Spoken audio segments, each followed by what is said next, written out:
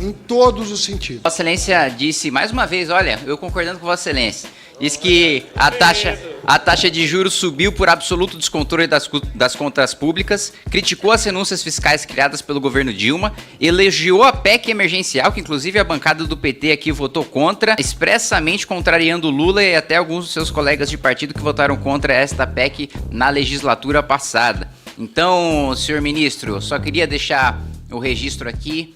Seja bem-vindo à oposição. Senhor ministro,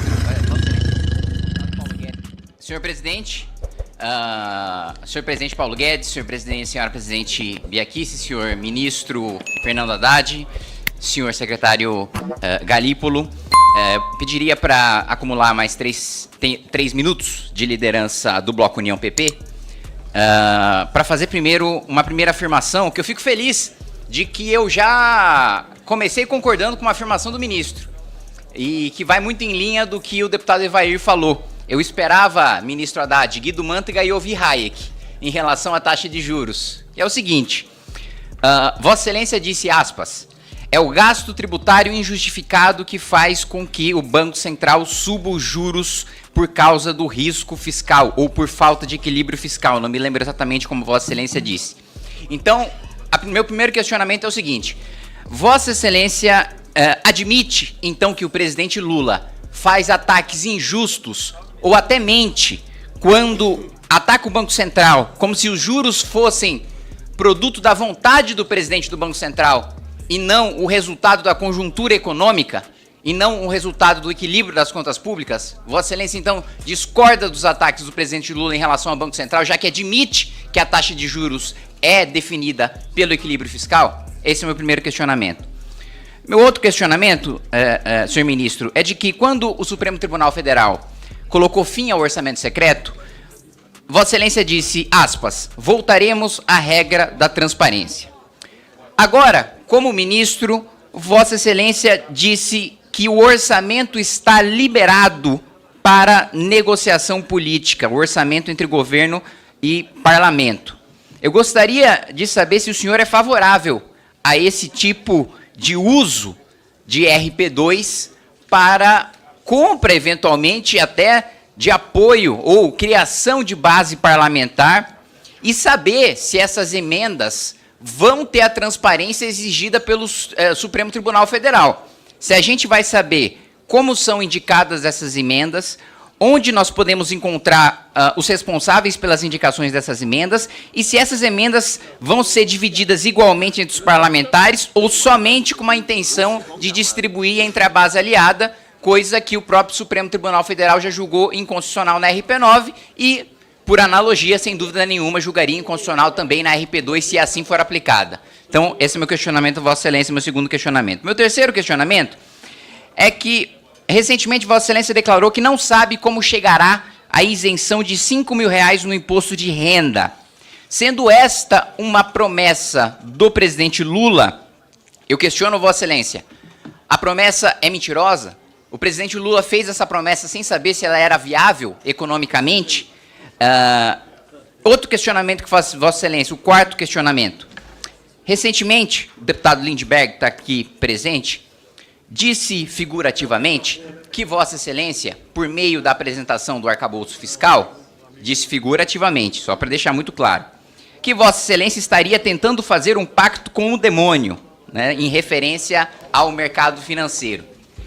E Vossa Excelência também recebeu críticas da também presente deputada presidente do Partido dos Trabalhadores, deputada Gleisi Hoffmann, que diz que o PT não foi consultado sobre todas as políticas públicas do Ministério. Nesse sentido, eu questiono Vossa Excelência. O Partido dos Trabalhadores, na sua integralidade, apoia as medidas, inclusive de ajuste, que Vossa Excelência diz pretender implementar? Há apoio por parte, e aqui eu estou ao lado do líder Zeca Dirceu, do Partido dos Trabalhadores a essas medidas, porque quando nós analisamos o histórico de Lula 1, Lula 2, Dilma 1, Dilma 2, todos estes governos não agiram ou não gastaram dentro da banda que Vossa Excelência propôs no arcabouço fiscal. Ou seja, nunca foi política do PT agir de acordo com a proposta que Vossa Excelência está colocando em discussão aqui no Parlamento. O PT, portanto, tem uma divergência em relação à política pública que esta e outras políticas públicas que Vossa Excelência apresenta. Recentemente também, Vossa Excelência disse que abriria uma caixa preta, né, das renúncias tributárias, né, dos gastos tributários, que eu chamo de privilégios tributários. Bom, nós sabemos que a maior parte desses privilégios foram concedidos durante o governo Dilma. 458 bilhões de reais foram concedidas no governo Dilma. E o senhor diz que boa parte desses gastos tributários são injustificados e que não se revertem em benefício para a sociedade. Mais uma vez, Vossa Excelência faz coro a liberais. Esse é o resultado da pesquisa do professor Marcos Lisboa, do professor Marcos Mendes, em relação aos gastos tributários. De fato, eles não trouxeram nenhum benefício ao país. Então, Vossa Excelência reconhece que a política econômica do governo Dilma em relação à renúncia fiscal foi um fracasso, como todos os estudos sérios e robustos que foram feitos apontam, inclusive por parte de um amigo de Vossa Excelência, professor Alexandre Schwartzman. Por último, eu gostaria de questionar o seguinte. Vossa Excelência disse que não vai haver aumento de carga tributária, mas saiu notícia, e eu quero questionar se essa notícia é verdadeira, de que Vossa Excelência está trabalhando no Senado para utilizar um projeto de minha autoria, o Marco Legal dos Games, para aumentar ou criar 2 novos tributos.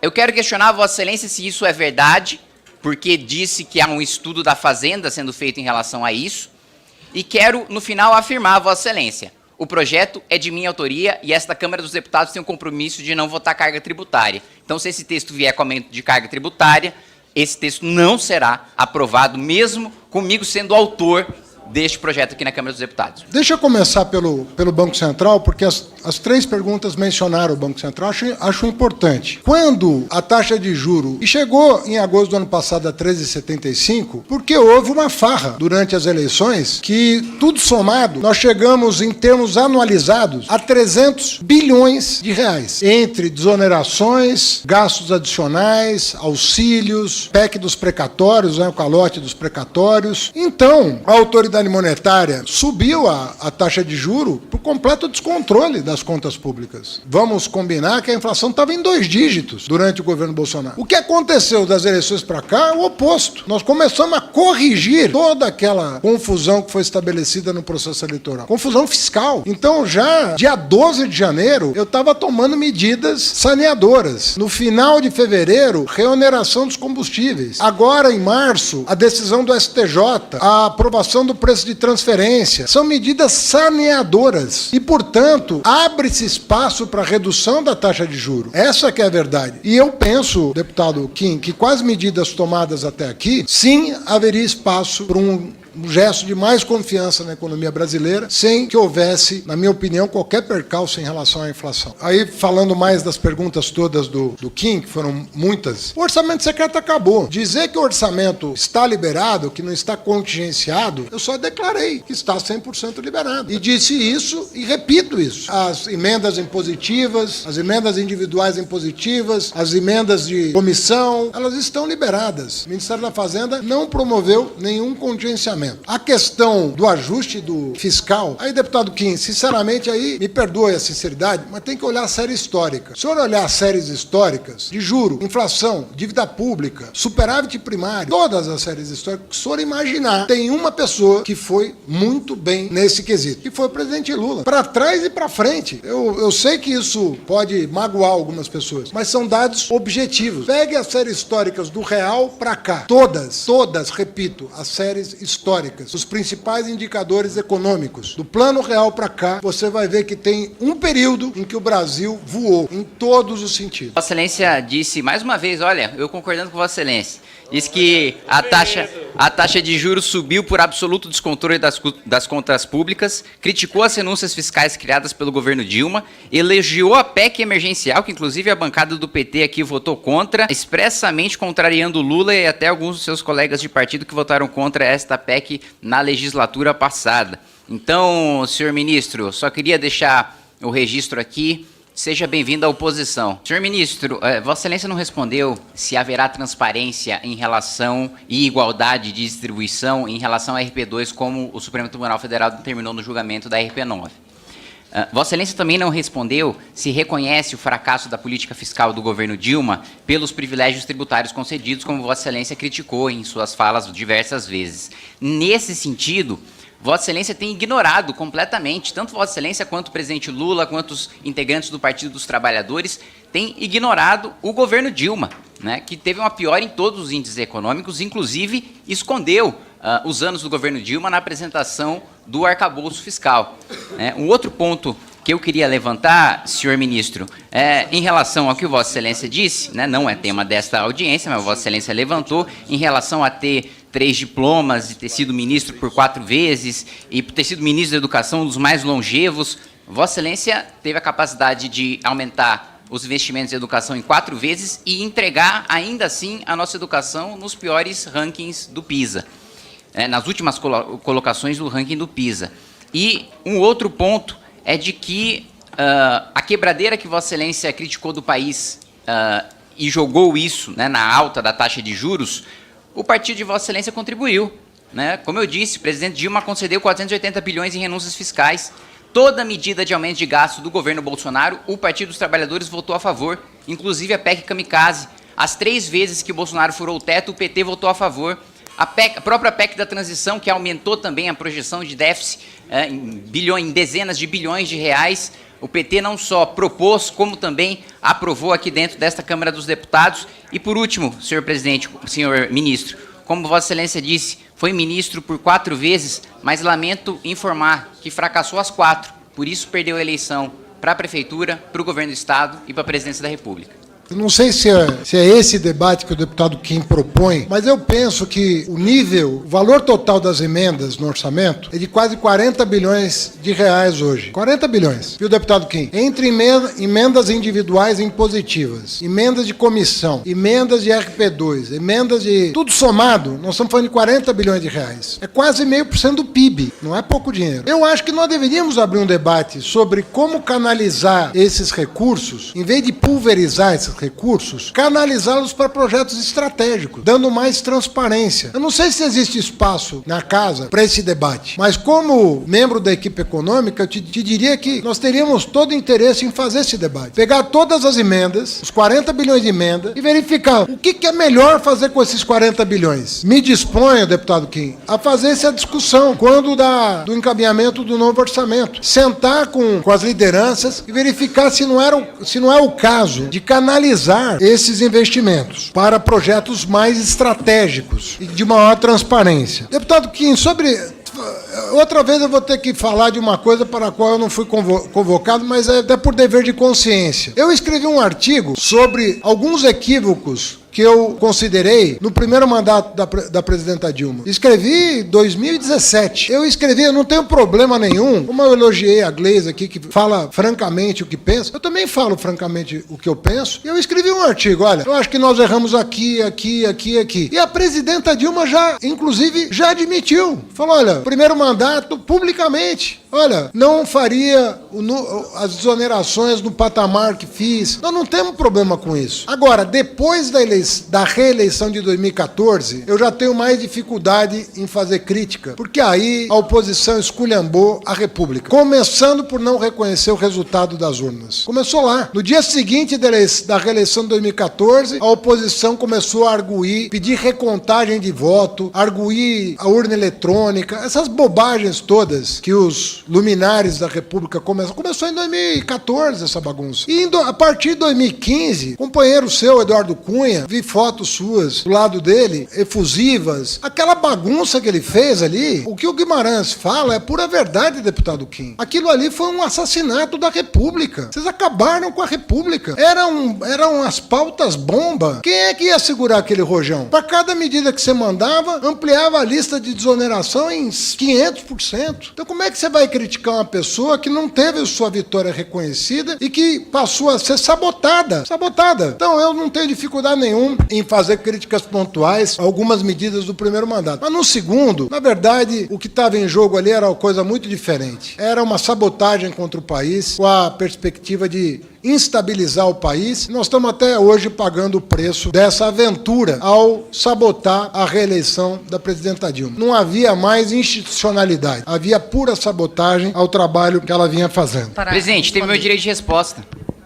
Qual foi a citação, a Vossa Excelência, deputado? A citação do deputado Zé Guimarães em relação à minha afirmação sobre as renúncias fiscais do governo Dilma. Mas houve alguma... Citou nominalmente, por favor. Mas, citou deputado, nominalmente. Mas não houve nenhuma... Basta verificar as notas taquigráficas. Não, o regimento determina deputado, que quando houver deputado, alguma citação desonrosa não é o caso. Atribuir falsa opinião a parlamentar, é o que determina o regimento interno da Câmara dos Deputados. Mas houve uma falsa houve, imputação? porque não foi o que eu disse. Presidente, Pois o não, então, deputado por gentileza. disse, o deputado Kim, disse, então enfim, esclareça. ele atendeu Kim. Deputado, então esclareça. Deputado, esclareça, então, para que a gente não perca mais tempo. Esclareço. Em relação a políticas de renúncia fiscal do governo Dilma, de fato, foram concedidas pelo governo Dilma e não faz o menor sentido o deputado Zé Guimarães argumentar de que foi a Câmara dos Deputados em 2011 que começou com pautas bomba e que começou a aumentar os privilégios tributários, porque o presidente da Câmara em 2011 era o presidente do PT, o deputado Marco Maia. Então, a Câmara dos Deputados era comandada e a pauta era controlada pelo Partido dos Trabalhadores. As renúncias foram pautadas e votadas pelo Partido dos Trabalhadores. Essa é a minha afirmação, presidente. Senhor ministro, Vossa Excelência não respondeu sobre a questão do imposto de renda, que foi prometido uma isenção. Inclusive, eu apresentei uma emenda à medida provisória publicada, assinada por Vossa Excelência, para que a isenção seja da promessa do presidente Lula de R$5.000 e não de R$2.000. Pergunto até se o Partido dos Trabalhadores, ou se Vossa Excelência vai apoiar essa emenda para que o Lula cumpra a sua promessa, porque enquanto você tem um reajuste ali de apenas R$1.900, R$2.000 na tabela do imposto de renda, você tem gastos no Palácio da Alvorada de R$60.000 em sofá, em R$42.000 em cama. Então, por um lado, a gente vê o mais pobre sendo penalizado e, por outro lado, a gente vê o governo gastando, estourando gastos no cartão corporativo e estourando gastos também nos seus próprios móveis de luxo no Palácio da Alvorada. E sobre minha foto com o presidente da Câmara, se o presidente da Câmara fosse Vossa Excelência, eu teria protocolado com Vossa Excelência para derrubar o pior governo da história desse país. Eu quero questionar aqui o ministro Haddad em relação, principalmente, a esse modelo que foi desenhado pelo governo, foi enviado para o Congresso Nacional e aprovado pelo Congresso Nacional, não aos moldes do que o governo queria, é verdade, mas ainda assim foi aprovado um arcabouço fiscal baseado na arrecadação, né?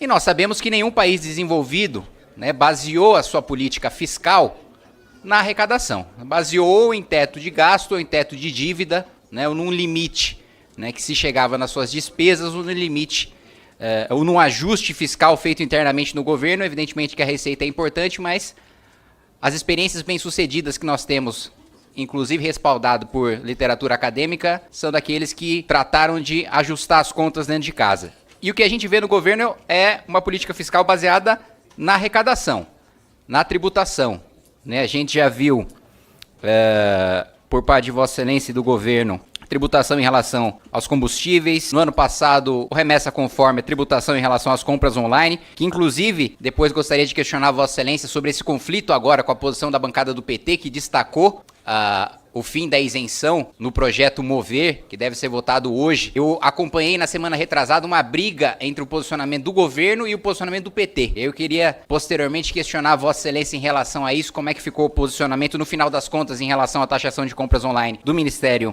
da Fazenda, comandado por Vossa Excelência. Também tivemos tributação de painéis solares, também tivemos aprovação aqui com apoio do governo da alíquota progressiva do ITCMD. Agora também nessa semana tentativa com o apoio do governo de se pautar a taxação de redes sociais e de serviços de streaming. Agora, outra iniciativa, dessa vez do Ministério do Trabalho, de taxar o Uber, o iFood e os seus trabalhadores, também tem gerado uma reação muito grande. Enfim, é um modelo baseado na arrecadação. E o que eu queria questionar a Vossa Excelência é: Vossa Excelência não acredita que há, até pela própria herança patrimonialista do nosso país, muitos privilégios no orçamento público, tanto para o setor público como para o setor privado, que o governo deveria cortar antes de pensar em tributação? Vossa Excelência não acredita que, por exemplo, e o que eu acho curioso nas exposições de Vossa Excelência e também nas falas do presidente Lula em relação à economia e seus mandatos passados, é que eles apagam completamente a existência dos mandatos da presidente Dilma. né? Não se cita nenhum dado, não se cita nenhum número, não se fala sobre meta fiscal, não se fala sobre taxa de juros, se apaga completamente do histórico como se não tivesse existido governo de Dilma Rousseff. Mas um desses privilégios, né, foi muito reforçado no governo de Dilma Rousseff, foram os privilégios tributários para a elite privada do nosso país. Né, para os grandes empresários privados amigos do governo que sempre obtiveram, apesar das críticas do PT às elites no discurso, na prática o que a gente viu foram governos petistas fazendo alianças com essas elites, inclusive com suspeitas de corrupção, de conluio, de cartel, né, de formação de oligopólios e a concessão de privilégios no orçamento público para essa elite privada. E a maior parte desses privilégios foram concedidos durante os 2 mandatos do governo Dilma. Por que não rever esses privilégios tributários, para não falar nos regulatórios e todos os outros, que são concedidos para esses grandes empresários do nosso país, principalmente reforçados esses privilégios concedidos pelos mandados do governo Dilma, antes da gente pensar em aumentar a tributação para a população. E no setor público a mesma coisa. Nós também temos uma elite do funcionalismo público, especialmente federal, que possui uma remuneração o dobro do funcionalismo público municipal, por exemplo, que com super salários, por exemplo, muito concentrados no Ministério Público e no Judiciário, a gente poderia ter economia de 15 bilhões de reais. Foi feito recentemente cortes por parte do governo Lula em programas que, acho que independentemente do nosso posicionamento ideológico, consideramos importantes, ambos os espectros políticos. As bolsas de estudo para o ensino superior, os repasses para a educação básica, financiamento do programa Farmácia Popular, financiamento do programa Criança Feliz, especialmente programas voltados para a primeira infância no nosso país, que é uma população que recebe tão poucos investimentos públicos. Por que não cortar primeiro dos super salários, antes da gente cortar do Criança Feliz, antes da gente cortar do Farmácia Popular? Por que não cortar dessa elite do funcionalismo público federal, que inclusive já tem projeto para ser pautado no Senado, já foi aprovado na Câmara dos Deputados? Por que não avançar com esse projeto no Senado? Porque o governo não faz esforço para pautar isso, em vez de se preocupar mais com a taxação, em vez de se preocupar mais com a arrecadação. Mesmo ministros de Estado do governo federal acumulam super salário. Citei aqui recentemente o ministro do Trabalho. O ministro do Trabalho, salvo engano, acumulando todos os conselhos dos quais ele participa, apesar de fazer um discurso muito efusivo contra a ganância e contra o lucro, acumula hoje um salário de mais de 70 mil reais com dinheiro do pagador de impostos, que em regra no Brasil é o mais pobre porque os nossos impostos estão concentrados no consumo. Então por que não rever primeiro os privilégios, inclusive do Poder Executivo, inclusive do governo Lula, inclusive os excessos de gastos com passagens, com diárias? Encaminhei uma fiscalização para o Tribunal de Contas da União, que atestou irregularidades, por exemplo, no Ministério da Igualdade Racial, com a ministra comprando passagem de 50 mil reais, fora do que determina o regulamento, fora do que determina a legislação. Por que não cortar os privilégios primeiro da elite do funcionalismo público e da elite da iniciativa privada, que sempre foi parceira dos projetos de poder do PT, apesar dos seus discursos contra as elites? Como eu coloquei no início da minha exposição, Vossa Excelência instituiu remessa conforme e taxou com ICMS as compras online no ano passado. Nesse ano, houve inclusive uma tentativa, que acredito que, não sei se Vossa Excelência foi demovido ou se perdeu na queda de braço política do governo, de impor também o imposto de importação. Nós devemos votar hoje, e o PT sinalizou que deve votar contra, o fim da isenção para as compras de até 50 dólares. Qual que é o posicionamento do Ministério da Fazenda? O Ministério da Fazenda mudou de posicionamento por causa do posicionamento do PT, tem um atrito ainda, como eu vi na semana retrasada, entre o posicionamento do governo, o posicionamento de Vossa Excelência e o posicionamento da bancada do PT, porque eu vejo alguns deputados a favor da taxação dentro do PT e outros contrários. Mas Vossa Excelência sempre, historicamente, sempre foi a favor. Eu vou começar por um tema importante, que é o que o deputado Kim colocou, sobre o patrimonialismo brasileiro. O patrimonialismo é exatamente esse processo pelo qual grupos de interesse se apropriam de uma parte do orçamento público por várias maneiras. Se acusava muito o BNDES de ser uma caixa preta e tal, abriram a caixa e viram que não tinha nada dentro. Mas quando você abre o orçamento público, aí você encontra exatamente o fenômeno descrito pelo deputado Kim. No orçamento público, as coisas não eram tão transparentes quanto se pensava. E foi esse o trabalho que o secretário da Receita Federal fez ao longo desse ano e meio. Identificou onde estão os ralos pelos quais o dinheiro público some, sem que houvesse qualquer acompanhamento da repercussão daquela medida no bem-estar social. E vocês são aqui o foro adequado, inclusive, para receber os grupos de interesse. É natural, no mundo inteiro o parlamento recebe os grupos de interesse. Vocês, mais do que ninguém, sabem o que essa casa foi visitada o ano passado e esse ano para tentar impedir a Fazenda de buscar justiça tributária e dar transparência para o orçamento público. O senhor ouviu falar da Lei Complementar 160 e do jabuti que colocaram lá na Lei Complementar 160, que estava custando aos cofres públicos 60 bilhões de reais? Quem é que achou o jabuti? Foi a equipe do Barreirinhas. Quem é que matou e assou o jabuti? O Congresso Nacional. Assim que nós expusemos o problema, vocês trataram de resolver o problema. Mediado, tudo bem, com negociação, mas isso representou uma acomodação do orçamento público em outro patamar. Os fundos fechados, deputado, que não pagavam zero de tributação, não era o jabuti, era uma jabuticaba, que só tinha no Brasil. A não taxação dos fundos fechados, dos fundos offshore. Toda a OCDE tributa fundos fechados e offshore. Bets que o senhor manifestou, esses jogos online, o senhor está defendendo isenção de jogo? Quer dizer, não só o senhor está defendendo a permissão dos jogos, mas o senhor quer que seja uma atividade incentivada pela não tributação? Será que o senhor está no juízo perfeito? Não é possível alguém defender, né? Tem toda uma bancada evangélica que com legitimidade, defende que as pessoas não joguem. O deputado Kim vai além. Ele quer incentivar o jogo pela não tributação. Presidente. É um fenômeno novo, que é a não tributação dos jogos de azar. Quando alguém me imputa uma falsa opinião... Veja bem, respeita a fala do ministro. Eu tenho o direito de me defender. Deputado em nenhum Kim, momento, ministro. Só para esclarecer, em nenhum momento eu falei de aposta. Foi o deputado Felipe, né? Foi o deputado Felipe. O senhor tem razão. Essa coisa que vocês falam do remessa conforme é um negócio... Eu queria fazer coro aqui. É uma irresponsabilidade tratar um assunto sério dessa maneira. Você tem aqui todas as confederações da indústria e do comércio pedindo um debate sincero sobre o tema.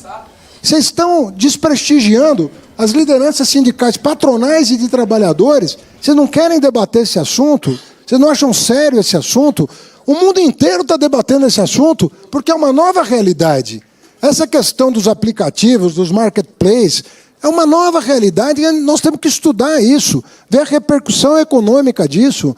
Vocês querem ideologizar o debate. Isso é ruim. Vocês passaram um pano para contrabando, estimularam o contrabando. O deputado Kim não sabe que o ICMS é um imposto estadual? O senhor sabe que é um imposto estadual.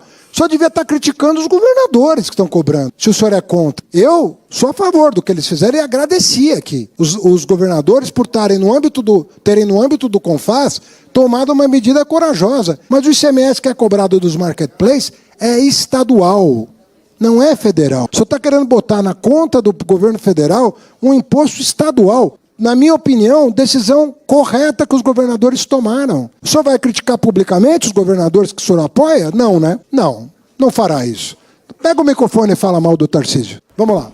Coragem, deputado. Sim, ministro. Primeiro. Fala. Presidente, fala, deputado Kim, só para... Não, veja. Deputado Kim. Você não vai falar. Não, ele... Presidente, eu não vou te causar esse constrangimento. Não tem nenhum problema, ministro. Porque, sou absolutamente contrário à taxação por parte do governador Tarcísio de qualquer outro governador.